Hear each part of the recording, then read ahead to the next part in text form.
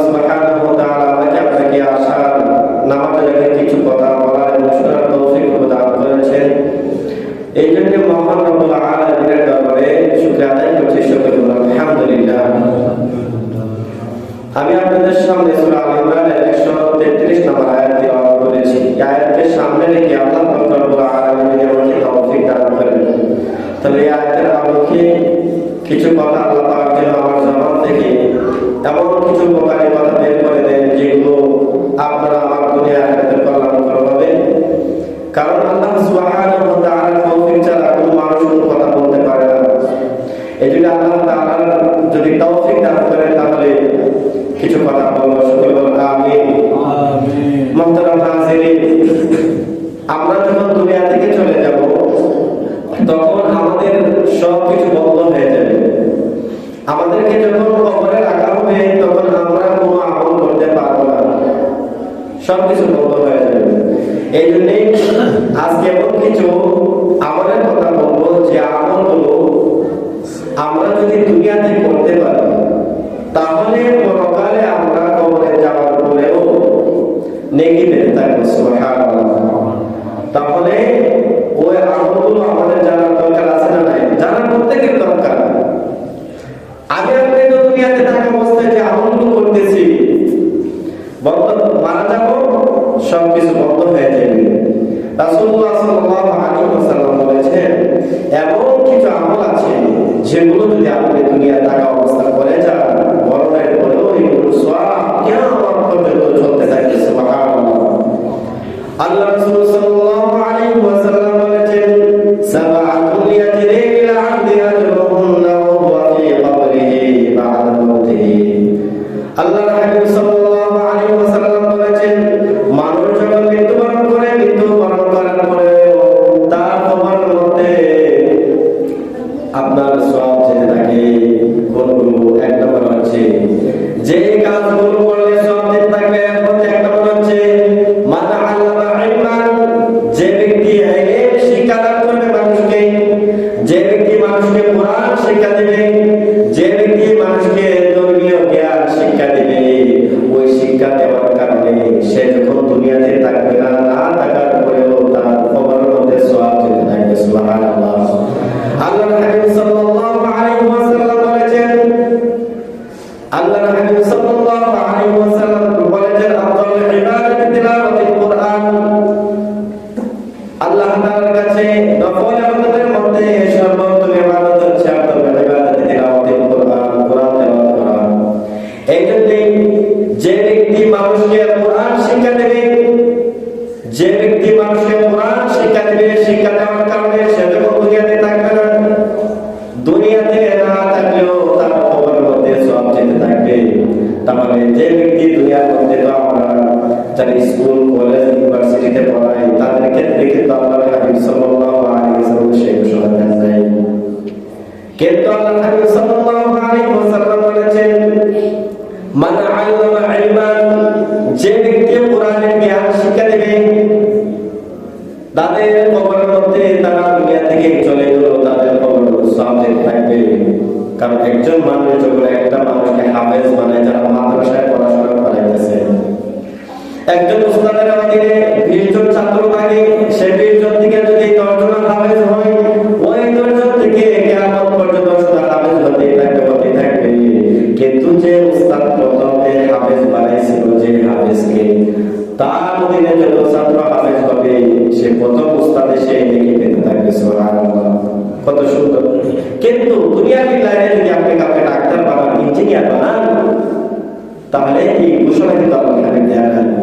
কিন্তু আল্লাহ হাবিব সাল্লাল্লাহু আলাইহি ওয়াসাল্লাম বলেছেন যারা দুনিয়া থেকে যাওয়ার পরেও কবরের মধ্যে সওয়াব যাদের কবর বসবে, তার মধ্যে এক নম্বর হচ্ছে মান আল্লামা ইলমান, যে ইলমে দ্বীন শিখায়।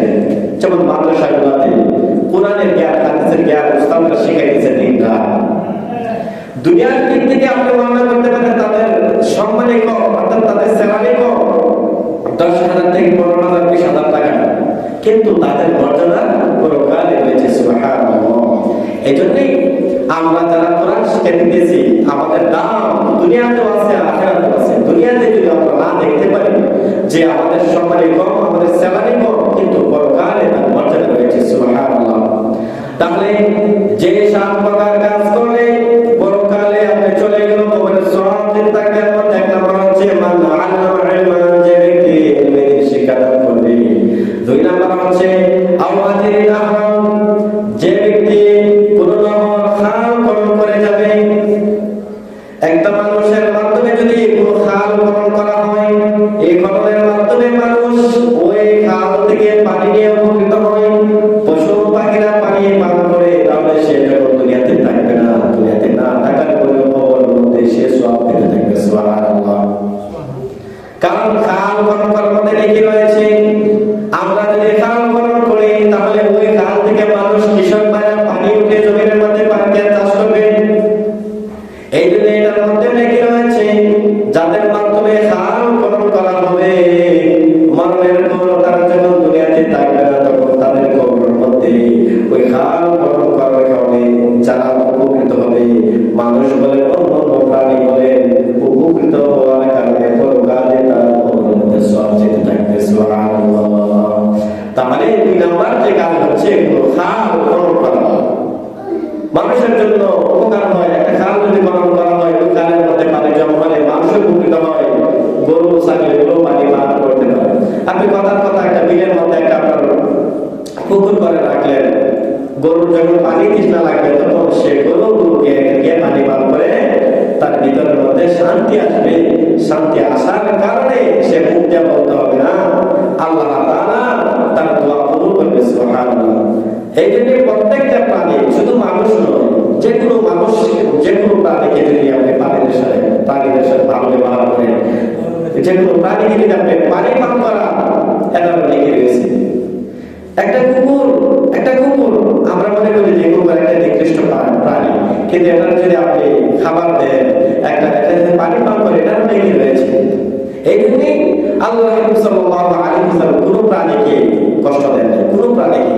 আল্লাহ রাসূল সাল্লাল্লাহু আলাইহি ওয়াসাল্লাম মানুষের সাথে যেমন সুন্দর আচরণ করেছেন, তদ্রূপ ভাবে সমস্ত প্রাণীগুলোর সাথে সুন্দর আচরণ ব্যবহার করেছেন। এজন্য আমরা কুকুর, বিড়াল, অন্য প্রাণী দেখলে আমরা শুধু তাদেরকে দমন দিব না, অথবা আমরা দেখা যায় একটা কুকুর দেখলে আমরা কোনো কিছু একটা নিয়ে তাকে ডিল মারি না। কেন? কুকুর তো আপনাকে কোনো কষ্ট দেয়, ডিস্টার্ব করে দেয়।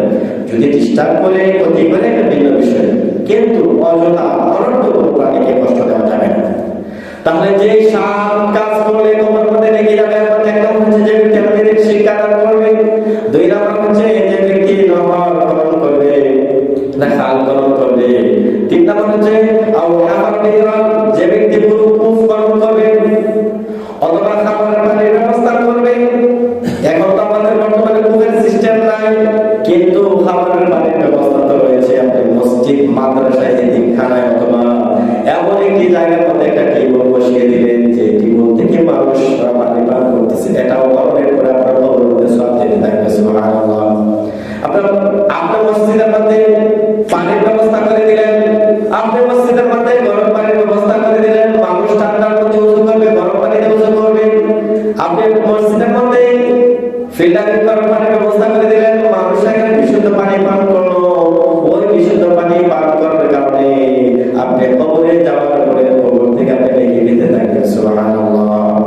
এই জন্য মানুষ যখন পানি তৃষ্ণা লাগে, তখন তাকে যদি আপনি শরবত লাগবে না, শুধু 1 গ্লাস বিশুদ্ধ ঠান্ডা পানি ওনাকে দেন পান করার জন্য, উনি পান করার পরে ওনার যে ভিতরের থেকে যে শান্তি আসে, আলহামদুলিল্লাহ বলে, ওই আলহামদুলিল্লাহ বললে আল্লাহ তাআলা তার দোয়াকে কবুল করে। সুবহানাল্লাহ। শুধু হাত দিয়ে বলতে হবে না যে আল্লাহ আমাকে অমুক ব্যক্তি পানি পান করিয়েছে, তাকে মাফ করে দেন, তার দিল থেকে অটোমেটিক দোয়া আসবে। এই জন্য আমরা মানুষকে পানি পান করাবো, বেশি করে মানুষের খেদমত করে। পানি পান করে কিন্তু আমাদের টাকা পয়সা নষ্ট হয় না। যে কোনো তৃষ্ণার্ত মানুষকে আমরা পানি পান করাবো, সবচেয়ে সহজ একটি নেক অর্জন করার কাজ। এই জন্য 3 নাম্বার যেটা হয়েছে, রাসূল বলেছেন যে ব্যক্তি কূপ খনন করবে অথবা পানি পান করার ব্যবস্থা করবে। আপনার মসজিদে যদি পানির ব্যবস্থা যারা করে বা যারা করবে, যত মানুষ উজু করবে, ওনার আল্লাহ সওয়াব বসবে। 4 নম্বর হচ্ছে যে ব্যক্তি গাছ রোপণ করবে। 4 নম্বর যে গাছটা করলে মরণের পর আপনার কবর মধ্যে সওয়াব দিতে থাকবে, গাছ লাগানো।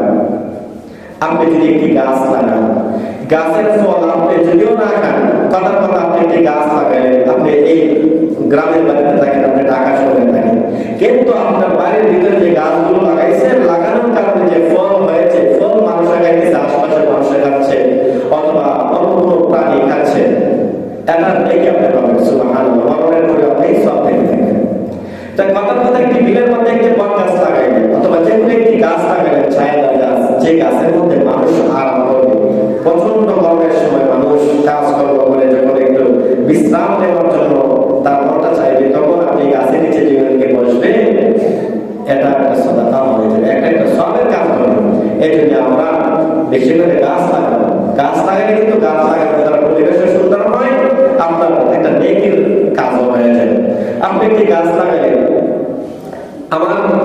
আমার এক উস্তাদ এক বাড়ির মধ্যে থাকতেন, বিশাল বাড়ি, উনি গাছ লাগাইতে সুন্দর সুন্দর ফলের গাছ লাগাইতেছে। আরেকজন মতো আপনি তো এই বাড়িতে থাকবেন না, আপনি এতটুকু গাছ লাগাইতেছেন, আপনি একটা ফল তো নিতে পারবেন না, এখন মানুষে নিয়ে যাবে। উনি বলল, ইন্নালিল্লাহ, তুমি বলছো কি? আমি তো আমার জন্য লাগাই নাই, এটা আল্লাহ তাআলার মাখলুকাত কাছে সুবহানাল্লাহ। এই জন্য আমাদের মন মানসিকতা বড় করতে হবে, আমাদের অন্তরটাকে প্রশস্ত করতে হবে। আপনি যদি গাছ লাগান, আপনি একটা পেয়ারা গাছ লাগাইলেন, একটা আম গাছ লাগাইলেন, আরে ভাই কয়েকটা তো মানুষে খাবে, উন্মুক্ত মনে মনে আমি দান করে দিলাম, মনে মনে যে খাবে কারো সমস্যা নেই। আল্লাহ হাবিব সাল্লাল্লাহু আলাইহি ওয়াসাল্লাম বলেছেন, কোন ব্যক্তি যদি একটি গাছ লাগায়, এই গাছ লাগানোর কারণে কোন মানুষ ওই গাছ থেকে ফল খাইতেছে, কোন প্রাণী খাইতেছে, অথবা কেউ না বলেও নিয়ে গেছে, কিন্তু না বলে নেওয়াটা উচিত না, সে কারো গাছ থেকে ফল নিয়ে বলে নেওয়াটা উচিত। কারণ অন্যের ফল, অন্যের মাল আপনি না বলে উচিত, না নিয়ে ধরা সঠিক না। তাহলে যে কথা বলতেছিলাম, একটা মানুষ একটি গাছ লাগায়, এই গাছের ফল মানুষে খাইতেছে, পশু পাখি খাইতেছে, এটা তার জন্য সওয়াব হয়ে গেছে সুবহানাল্লাহ, মরণের পরে উনি সওয়াব পেতে থাকে। একটা গাছ লাগালে বড় গাছ কিন্তু সাধারণত মরে না, যেগুলো একটা ফলদার গাছ লাগালে অনেক দিন চলে যায়, মরে না সহজে। যতদিন এই গাছটা থাকবে ততদিন আপনার কবরের মধ্যে সওয়াব যেতে থাকবে সুবহানাল্লাহ। এই জন্য আমরা গাছ লাগাবো, পরিবেশ রক্ষা করবো, যে কোনো গাছ লাগাবো এই নিয়তে লাগালে যেমন তারা আগে রাখতে পারে। আমি একটি গাছ লাগালে আমার 10টা আম গাছের মধ্যে 10টা আম ধরলে আমি লাগাতে পারি, কিন্তু আমার তার প্রতিবেশী সমাজের মানুষ, যে কোনো মানুষ থাকবো, তুমি সব পাই। এমন তো কবরে গেলে তো আপনার গাছ লাগাতে পারবেন না, কবরে গিয়ে তার নেকি করতে পারবেন না। আল্লাহ আপনাকে যে কোনো একটা ওসিলায় মাফ করে দিবে, আগে আমি বলতে পারবো না। এই যে গাছ লাগালে অনেক সওয়াবের গাছ, আমরা গাছ লাগাবো, হোক ফলদার গাছ, হোক ছায়াদার গাছ, যে কোনো গাছ আমরা গাছ লাগাবো, লাগালে আমরা কোরআনে মরণের মতো সওয়াব পেতে থাকবো। 5 নম্বর হচ্ছে আওয়ানা মসজিদা, যে ব্যক্তি মসজিদ নির্মাণ করবে সে মরণের পরে সওয়াব পেতে থাকবে সুবহানাল্লাহ। আল্লাহ হাবিব সাল্লাল্লাহু আলাইহি ওয়াসাল্লাম বলেছেন, যে ব্যক্তি আল্লাহর জন্য মসজিদ নির্মাণ করবে, আল্লাহ তাআলা জান্নাতের মধ্যে তার জন্য ঘর নির্মাণ করে দিবে সুবহানাল্লাহ। এই জন্য যে ব্যক্তি মসজিদ নির্মাণ করবে, যাদের টাকা পয়সা আছে, টাকা একটা মসজিদ দিয়ে দিতে পারে, দিয়ে দিলে কি লাভ হবে? ওই ব্যক্তির জন্য আল্লাহ তাআলা জান্নাতে ঘর নির্মাণ করবে সুবহানাল্লাহ। এই জন্য যারা মসজিদ নির্মাণ করে দিবে, সমাজের মানুষ নামাজ পড়বে, কোরআন তেলাওয়াত করবে, জিকির আজকার করবে, জামাতের সাথে নামাজ হবে, দ্বীনের তালিম হবে। এই তালিম হওয়ার কারণে আমল হওয়ার কারণে কবরে যাওয়ার পরে সওয়াব পেতে থাকবে সুবহানাল্লাহ। এই জন্য মসজিদ নির্মাণ করা সওয়াবের কাজ, কিন্তু এটা করা যাবে না যে জিদাজিদি করে মসজিদ নির্মাণ করা। কথা কথা আপনার একটা মসজিদ আছে, পাশে আরেকজন আপনার সাথে যে কোনো বিষয়ে ঝগড়া করে মসজিদ একটা বানাইবে না। মসজিদ বানানো এক জিনিস, মসজিদ একটা তৈরি করে দিল, নামাজি নাই। মসজিদ একটা বানাইলো, মসজিদের ইমাম সাহেব নাই, নামাজি নাই, মুসল্লি নাই, তাহলে কি হবে? শুধু মসজিদ বানাইলে তো চলবে না, মুসল্লি লাগবে। এই জন্য দেখা যায় অনেক জায়গার মধ্যে যে কোনো একটা জিনিস মসজিদের দ্বন্দ্ব হইলে এই জিনিস করে মসজিদ আরেকটা বানাইছে, ওই করে ওই বানাইবে না।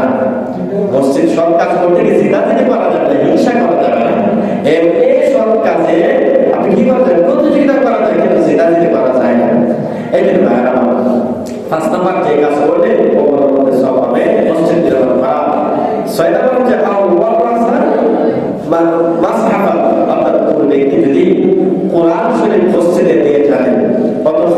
শুধু ইসলামী বইয়ের পুস্তক রেখে যায় যারা মানুষ পড়বে, তাহলে মরণের বই সব পেতে নেয়। কথা আপনি দুই কবি কোরআন শরীফ মসজিদে দিলেন, একজন মানুষ তেলাওয়াত করার পরে কবর যাওয়ার পরে আপনি সব পেতে থাকেন। তো ইসলামিক বই মসজিদে দিলেন, তালিমের বই, যে কোনো জিনিস ভালো ইসলামিক বই দিলেন, উনি পড়ার পরে যে আমল করবে আপনি মরণের বই সব পেতে থাকবেন। এই জন্য আমরা চেষ্টা করবো কোরআন শরীফ মসজিদে দেওয়ার জন্য, অথবা ইসলামিক যে কোনো বই পুস্তক দেওয়ার জন্য। মাদ্রাসা আছে, অনেক মাদ্রাসা আছে, আপনার কিতাব পুতুলকারের ব্যবস্থা আছে, সেখানে আপনি কিতাব দিতে পারেন, মরণের পর সব পেতে থাকবেন। 7 নম্বর যেটা হচ্ছে 7 নম্বর যে নেককার সন্তান যদি আপনি রেখে যান, ওই নেককার সন্তান দুনিয়াতে রেখে যাওয়ার কারণে মরণের পরে আপনার কবরে সব পেতে থাকবেন। সুবহানাল্লাহ। তাহলে আমাদের সন্তানদেরকে নেককার বানানোর চেষ্টা করতে হবে, কারণ এই যুগে একটা সন্তানকে নেককার বানানো, নামাজি বানানো, ইসলামিক মাইন্ডে তাকে চলাফেরা করানো অনেক কষ্ট। কিন্তু আপনি বাবা হিসাবে আপনার সন্তানের পিছনে মেহনত করতে হবে। এটা না যে আপনি মাস কি মাস চলে যায়, নামাজের কথা বলেন নাই, মাস কি মাস চলে যায় আপনি তাকে কোরআন শরীফ তেলাওয়াত করার কথা বলেন নাই। না, সন্তান হিসাবে সন্তানের জন্য, বাবার জন্য কাজ হচ্ছে সন্তানের পিছনে চেষ্টা করা, মেহনত করা। এই জন্য আল্লাহ হাবিব সাল্লাল্লাহু আলাইহি ওয়াসাল্লাম বলেছেন, মানুষ যখন মারা যায়, ইদা মাতাল ইনসানু ইনকাতা আনহু আমালুহু ইল্লা বিসালাসা, মানুষ যখন মারা যায় তখন তার সব কিছু বন্ধ হয়ে যায়, কিন্তু 3টি কাজ চালু থাকে। সাদাকাতুন জারিয়া, সাদকায়ে জারিয়া, যেগুলো বললাম, সাদকায়ে জারিয়া, গাছ লাগালেন, মসজিদ মাদ্রাসা করে গেলেন, সাদকায়ে জারিয়া। আর ইলমিন ইউতাফাউ বিহি, কোন উপকারী কোন ইলম শিখাতে গেলেন, কোন কিতাব লিখে গেলেন, এটা থেকে মানুষ উপকৃত হলো, এটা সব মরণের পর হতে পাবে। আর ওয়ালাদিন সালিহ ইয়াদুল্লাহ, নেককার সন্তান রেখে গেলেন, ওই নেককার সন্তান আপনার জন্য দোয়া করবে। এই যে ভাইয়েরা, আমরা যদি মরণের পরে কবরের মধ্যে আমরা সব পেতে চাই, তাহলে আমাদের সন্তানকে নেককার বানাতে হবে, আমাদের সন্তানকে আলেম হাফেজ বানানোর জন্য চেষ্টা করব। কারণ যদি হাফেজ আলেম বানান, তাহলে মরণের পরে আপনার জন্য দোয়া করবে। আর আপনি যদি হাফেজ আলেম অথবা দার্মিক না বানান, আলেম না বানাইতে পারলেন, হাফেজ না বানাইতে পারলেন, কমপক্ষে দার্মিক অর্থাৎ ফরজিয়াত পরিমাণ যতটুকু জ্ঞান অর্জন করলে হালাল হারাম থেকে নামাজ বুঝে কতটুকু তাকে শিক্ষা দেওয়া ফরজ। আল্লাহ রাব্বুল আলামিন যেন আমাদেরকে যে কাজগুলোর কথা বলেছি আমরা যেন সকলে করতে পারি। আল্লাহ রাব্বুল আলামিন সকলকে যেন তৌফিক দান করুন।